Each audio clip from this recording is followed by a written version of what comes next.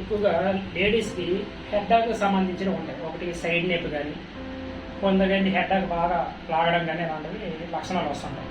ఇది దేనివల్ల అంటే ఎక్కువగా ఆలోచించడం వల్ల కానీ, లేకపోతే తలగా కొంచెం ఏదైనా కొంచెం పడిపోయి ఏదైనా వేడి వల్ల కానీ ఇలాంటి వాళ్ళకి ఎక్కువగా హెడ్డాకు సంబంధించిన లక్షణాలు వస్తుంది. కొంతమందికి ఈ సైడ్ నుంచి లాగి ఇదంతా లాగేస్తుంటారు. ఒక పక్క ఈ పక్క ఈ విధంగా లాగుతుంటుంది. ఈ లాగే వారికి ఏంటంటే బ్రెయిన్కి సంబంధించిన వ్యాధి అంటారు.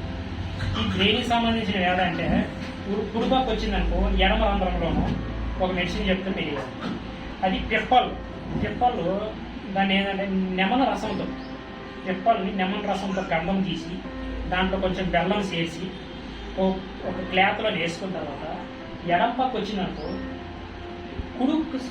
ముక్కు రంధ్రంలో వేయాలి. కుడిపక్క వచ్చిందనుకో ఎడమ ముక్కు రంధ్రంలో వేయాలి. అది ఒంటి పూట తలనొప్పి అంటారు. ఒక పూట అంటే ఒక సైడ్ వచ్చేది, ఒక పక్కన లాగేయడం, ఇంటి పక్కన ఏదైనా లాగేయడం, ఇలాంటి లక్షణాలకు పనిచేస్తాయి. సరే అది ఓకే. మళ్ళీ మొత్తం హెడ్డాకు వచ్చేస్తారు. దానివల్ల కళ్ళు లాగడం కానీ, ముక్కు ఇది కానీ, ఈ దవడంతా లాగేయడం కానీ, ఇలాంటి వాళ్ళకి ఏంటంటే దాసిన చెక్క పౌడర్, ఈ దాసిన చెక్క పౌడర్ని నిమ్మకాయ రసంలో బాగా మద్దం చేసేసి ఈ కంచి మొత్తం ఇలాగా పెట్టాలి.